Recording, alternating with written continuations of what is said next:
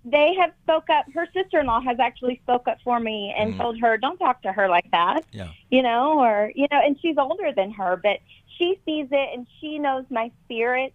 So I'm not going to speak up unless it's something that God has put on my heart. Well, I think that's great, Megan. You're talking about initials, Jim. I also heard of EGR, people, extra grace required. And so there are those people in our lives as well. But Alice, you get the last comment, then we'll go. Well, I think there are a couple of warning signs to look for, Megan, in ourselves that are telling us we've been too close to these people for too long, and we need to draw back at least for a time. When we're feeling heartsick, when we're avoiding them, when we're passive aggressive in our reaction to them, or when we are deceptive and we're starting to sugarcoat things or twist the truth. I've been guilty of all of these things, and they're my warning sign of I've been too close to this person. I'm too hurt, and I can't genuinely love them and care for them and minister to them. So we need a soul break. And then when we're revived, sometimes God asks us to go back in again. That is such great advice, Alice. We're so glad you are here today for that. I'm writing those down. So good. Me too. We're going to talk to Janice, who's calling us from Washington, D.C., listens on WAVA. Hi, Janice. Thanks for waiting. How can we help you today? Oh, thanks for taking my call. It's good to talk to you guys. Yeah, you too. I'll give you a little bit of background, and then I'll ask the question, and you guys can ask me any follow-up questions that you feel necessary. Does that sound good? Yes, ma'am. Sounds like a plan. Okay. All right. Well, I was in a 12-year marriage to a VDP and EGR. Yes. They kind of go together, don't All they? the letters. It does. I've been divorced for 5 years, and my struggle is that I'm feeling very stuck, and I feel like I'm not able to move forward. I feel like I've lost myself, and I can't find my way back to myself. And I'm also finding that that I have a very hopeful nature, and I was very hopeful all through my marriage, just praying for things to get better. And now it's like I'm hopeful that the relationship with my ex could just at least be peaceful. And that hope is causing me a lot of hurt. And what are your suggestions on getting to the next level of that? That's a great question, Janice. Jim, Alice, who wants to start? Well, I would simply say, you can work on your own self, but you can't work on your ex. And so your ex is probably going to keep, if they're not working on their own life, they're going to keep potentially disappointing you. So Janice, work on you and work on whatever those triggers are that are causing you to be stuck, and repair the past. And you got to move forward. And so repairing the past means, be ruthlessly honest about your own brokenness, working through whatever, some of those issues are. But the truth is we don't have to stay stuck. And the way to get unstuck a lot of times is to break through and actually have some more realistic expectations, especially when it comes to the divorce. Have some realistic expectations about, what? One of the reasons why we got a divorce is because of this, and why would I expect that to change? I'm not saying to be totally, the downer on it, because honestly, people do change. So that's why we're here.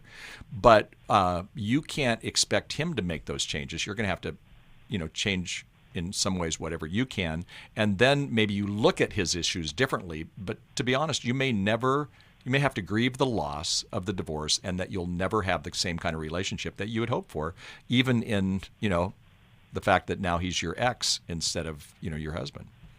Mm-hmm. Alice, how about you? Janice, who did you lose before your husband that was significant to you? My dad, but I had an amazing relationship with him. He died suddenly when I was 27, but he's really the only significant person in my life that I've lost in that manner. I ask because your yearning and your hope are good and healthy things in and of themselves, but hope deferred, the Bible says, does make us sick. And so I wonder if there's actually some grief here about your dad that has resurfaced in the loss of your marriage, and working on that grief for your father might ameliorate and decrease some of this unhealthy yearning that you have for something that your ex-husband probably won't be able to give you unless he gets into his own structured help and does some character work. Right. Well, and Janice, hold that thought. You think about that while we go on the break. But I love that perspective, Alice. We will be right back after this break.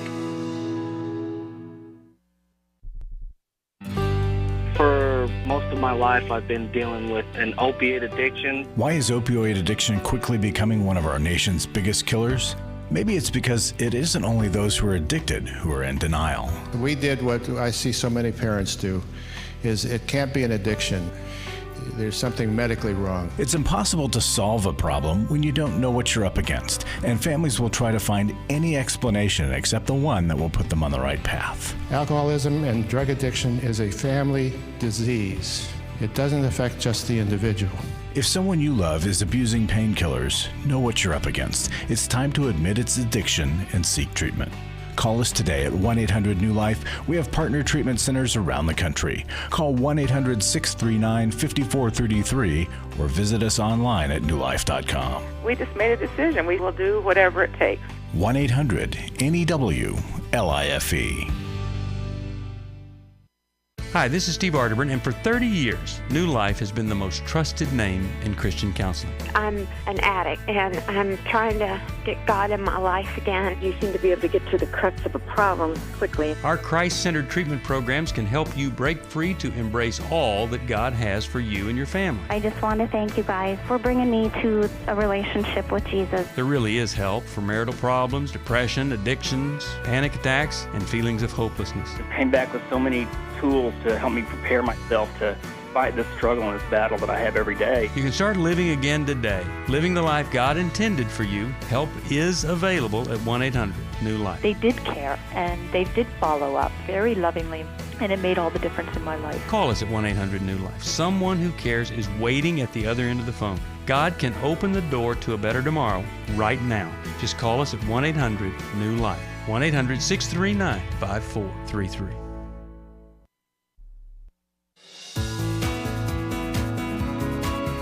We're glad you joined us for New Life Live. To be a part of the program, call 1-800-229-3000. Now back to New Life Live. Welcome back. We are talking with Janice, who is trying to recover from a loss of a marriage, but also what you just discovered, Alice. There was a previous loss. Do you want to speak more about that, Alice, at this point? Well, I would just check Janice on that accumulation of grief. And when we have a current day loss, it sometimes reopens old wounds. And part of it is God calling us to take a different look at the pain that we've experienced in our life, to reprocess, to tell some of those stories over again, to shed some tears. And then we need to take the hope that we have for a person who's unwilling to change, and we have to transfer that to other healthier relationships with safer people, perhaps in a new sisterhood, in a group of women. If you're going to date other people, you transfer that hope to people that want to be in healthy relationship with you. Well, and I think, Janice, go ahead. Oh, I was just going to say, I have an amazing group of friends and family that are godly and supportive, and they've been amazing through this whole journey. I guess the hardest part is that I have a 13-year-old and a 15-year-old, and the treatment of me definitely affects the girls, and just the change in behavior and all of that stuff. It's caused so much hurt to my girls, and just trying to navigate that on top of keeping myself together. It's like it's a never ending. It's like wave after wave, and I can't catch my breath. Yeah, and it's so important to do what you can so that they don't then in turn try and find somebody like their dad in their own personal life. That happens so many times when they try to fix that. Alice, what would you like to say about that? Well, Janice, you might consider family therapy for you and your daughters if you're not already in it, because you're right, there's so much stirring inside of them, and they need an outlet to be able to talk about it. But it's tricky when you have an ex to draw out your children's feelings without maligning your ex-spouse, and I suspect you're very considerate of that and cautious about it. Yeah. And I regularly use Mylan and Kay's comfort circle with my kids, where I ask what's happening in their hearts, how I've hurt them, how I've affected them, and I listen to them in that structured, safe format of the comfort circle, and it really helps with emotional resolution, even about things that we can't control or we can't change. But when we receive relational comfort, it can help metabolize the sorrow and the hurt that we feel on the inside about something that's out of our control. That's good. Jim, you have anything you want to offer as far as the 13 and the 15-year-old? Yeah, Janice, as soon as you said 13 and 15-year-old, a couple of thoughts. One is some of the stuff that they're going through might not be about their dad or you. It might be that they're 13 and they're 15. Okay, because it's such a time of transition. It's such a time of finding their own identity, and it's such a time of sometimes drama and kind of figure it out. They're moving from dependence on you to independence, and during that process, don't pile everything on the relationship with the dad, okay, or the ex. Your ex-husband. It might be stronger even in your head than what it is in theirs. I find that a lot of times people will say, oh, no, it's all about the divorce. And frankly, no, they're 13. Okay. So make sure that you understand, I would even suggest that you read a book on, understanding a teen, just so you can begin to discern the difference between, well, this is normal adolescent behavior and this is not because of what, dad is throwing at him or not. I'm not downplaying the fact that their father sounds like he's a draining person. I am saying that some of their reactions may just be, they're 13, they're 15. That's good. Good point. Good point. Well, Janice, we will be praying for you. I'm going to send you a copy of Steve's book, Healing is a Choice. And I think that could help you on your journey. We're so grateful to be able to do what we do, whether it's New Life Live or many of our workshops that we do, our website, the podcast, all kinds of ways we are offering help and hope. And we couldn't do it without our financial support through Club New Life and through other donors who make it possible to help people find hope in their life and find transformation. I had a testimony just recently. It was an attendee from one of our Restore workshops. And she said, I came alone and broken. I had no hope. I had tremendous fear, anxiety, and nightmares. I had no tools and no idea what my future looked like. I'm going home with tools and a plan and a hope and a community around me. Thank you, New Life. And your giving makes that possible. And we just want to celebrate that. And if you want to give, all you have to do is call us, New Life, 1-800-NEW-LIFE, or you can go to newlife.com and hit the donate button. But any way that you want to support life transformation, we appreciate it. It does make a difference in the lives of so many people. We are going to go to John, who's calling us from Falls Church, Virginia, listens on WAVA. Hello, John. How are you? And thanks for calling. I'm fine. Thank you very much. I'm calling because I have some internal anger issues that I want to deal with. It has to do with betrayal trauma. Okay. And just to make it really quick, I'm a highly codependent person, and it turns out that as a highly codependent person, if I was a key, I went to the lock that I was looking to open up was I'm in a narcissistic relationship with a woman for 46 years. In the last 5 or 6 years, things have come to light that are very kind of disturbing.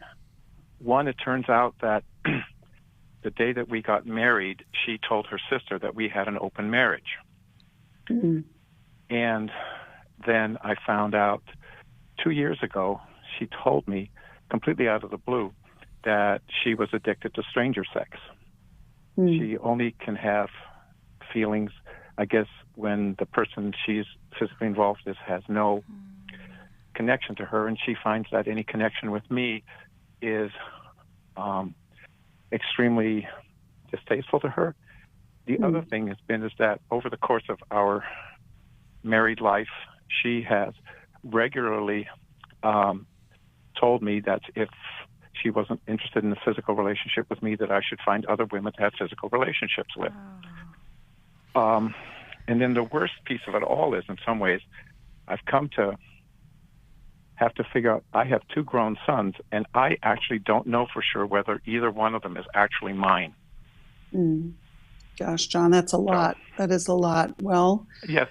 Oh, and I was sexually abused by my father from ages 3 to 5, and I was raised in a household in which my father was taken to a slave labor camp during the Second World War, and he ran his entire household like it was a slave labor camp.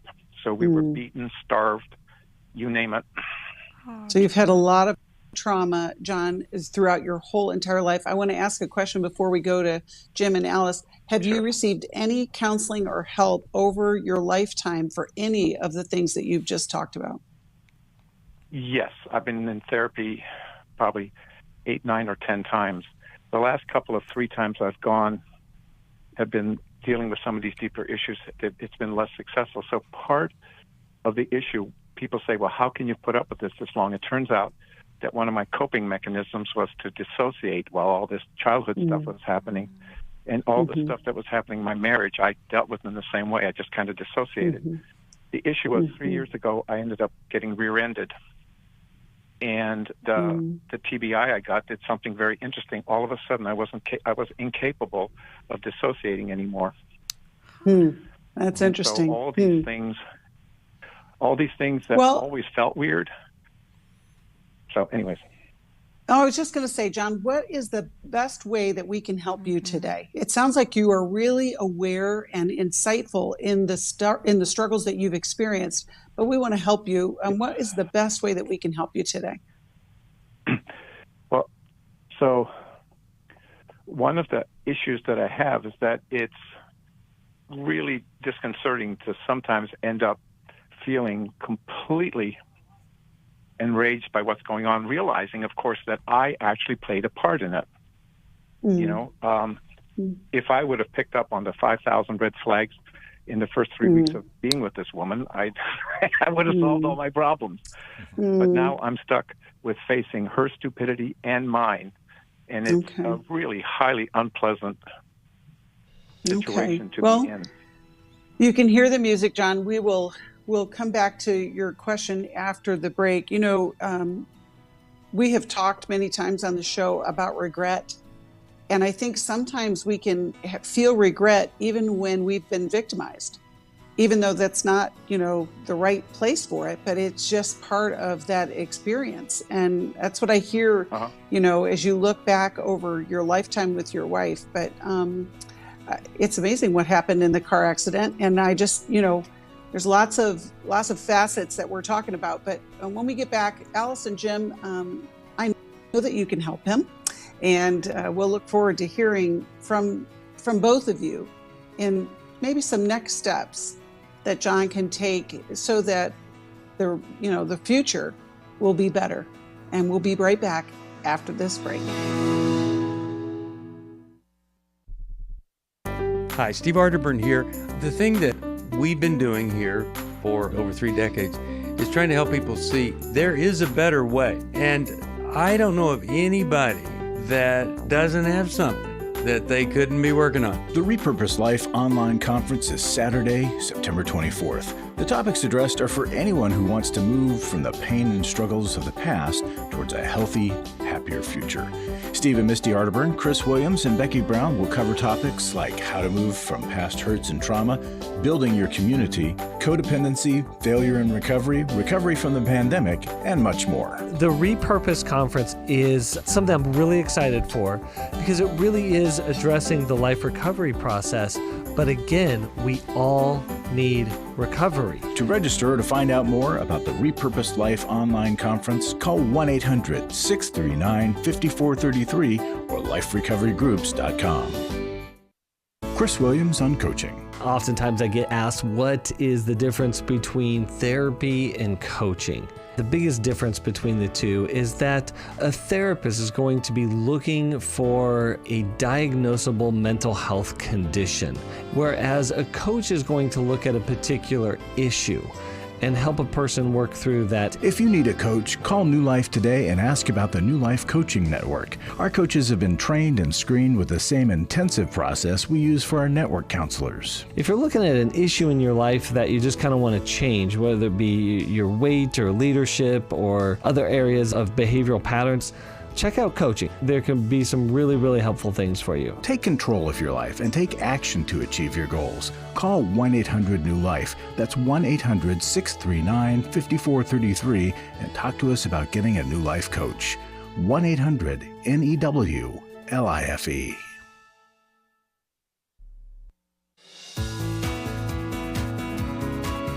To find out more information about New Life or to order any of the resources mentioned on today's program, call 1-800-NEW-LIFE.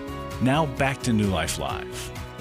Welcome back. We were just talking with John, who's had a history of so much pain and disruption. But Alice and Jim, what would you like to offer John so that he can get moving in the right direction? Well, I know he's off the air, but my question would have been to him, why did you stay so long? There's something about that. I mean, there's part of that, you know, when we stay in a incredibly dysfunctional relationship, you know, there's a reason. And I'd like to know, you know, part of what that is.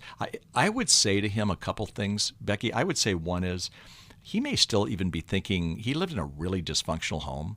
And it's whenever somebody is sexually abused, it's not their fault. It's the fault of the abuser. And if he's taken on any of that stuff, he's got to be freed from that because and he's got to be able to, you know, find hope and healing and help through that process. But I would simply say this relationship is really toxic. And so what's caused a lot of his trauma is, you know, a very toxic relationship. And I would be talking to these therapists that he's, you know, dealing with. I'd be talking to them and asking them, what would it look like if I separated? Would that give him some freedom? He definitely has biblical grounds for that. And then, you know, the only other question I would bring up, and I'm interested to see what Alice thinks, but, you know, the other, if he wanted to, I mean, it's pretty easy today to, you know, go to, you know, ancestry.com or whatever the other ones are, and find out if that's of need. You know, he may not want to find out if those are his sons, but they are his sons. They call him Dad, and he loves them. Right. And that's not going to change. I was telling Alice, you know, our oldest is adopted, and so she's not a part of our DNA, but hey, I'm her dad, and she's my daughter. And, that's right. You know, it doesn't change anything. So I don't know how he would feel about that, but those would be some practical ways. But honestly, I would walk through with a counselor, what would it look like if we, you know, separated? Right. And because again, he is in a toxic relationship. Maybe he gets the award for the most toxic relationship we've talked about today. Yeah. Okay. Well, Alice, how about you? John, if you don't address your rage, it will leak out or explode somewhere. And it might make you physically sick. I'm sure you've already feeling emotional sickness, but it might come out in violence or aggression somewhere, somehow. And that rage is a righteous anger. It makes me think of Jesus in the temple when he went in and he turned over those tables and he threw the money on the ground because he said, not in my Father's house. And we have to do that sometimes for our spiritual house and our literal house of this does not work for me in my home. And that's taking a stand against the toxicity and the sin that your wife is bringing into your marriage and into your household. But I understand that as a codependent, it can feel impossible to consider that you are a person apart from your wife. And so you may have to work on first building up an identity apart from your wife so that you can even consider taking such a strong stand because it might mean losing her. But if you don't address that rage, it will cause you so many more problems, and it probably already is. Well, we are so glad that you called, John. And if you hold on, we can connect you with a counselor because sometimes we need to do new counseling. You know, it's not that the old counselor was bad. It's just a new day, new awareness. We're going to send you a copy of the Life Recovery Bible as well. And it is a recovery process. But now we only have a few minutes left, but I did want to get to your call. TJ, you're calling us from Dallas, Texas, listens on KWRD. Thank you for waiting for such a long time, but we're glad you are here. How can we help you? Hi, thank you for taking my call. My call is kind of like the other way. It's just I have so much anger at my husband, And he's going through a mental crisis right now, and I should have compassion and I should have grace. And I'm just so incredibly angry, and I just don't know how to deal with it. So okay. All right. And then what is the mental crisis that he's going through, TJ? Give us a little bit more insight on that. Okay. Well, this is where I just get so disgusted, and I know I sound awful. He's had 2 affairs in the past, and so I know a lot of this is coming back up. We separated for a year. He's gone through every man's battle. He's really changed like that. But he, about a year ago, he had it's through his work, and it gets stressful, and he's very successful. He's does well at his job. But the first time, I guess it was last year, one of the bosses was a woman, and basically I think she criticized him or something, and he couldn't take it. And so he just had this mental breakdown, and then he thinks his heart's, and he goes through and he does all these tests when he's fine. And so he gets on all this medication. He sees a psychiatrist, and so he goes along okay. Well, now he's at another where the job gets a little stressful, and so he's now having another mental breakdown, and sabotaging himself really bad with his work. But even that, if he wants to change, just change. But everything I say to him, I know he just wants me to be there and love on him and support him. And instead, it's like I've almost turned into him. And okay, I'm like, well, you can do these different things, and anyway. And TJ, if you made a statement about your anger, I'm so angry that, or I'm so angry because, how would you fill in the blank? I am so angry because he is having this crisis, and, I put the little quotations, this crisis, because I feel like I know it's really mental. I know it really is, he is really having a mental thing.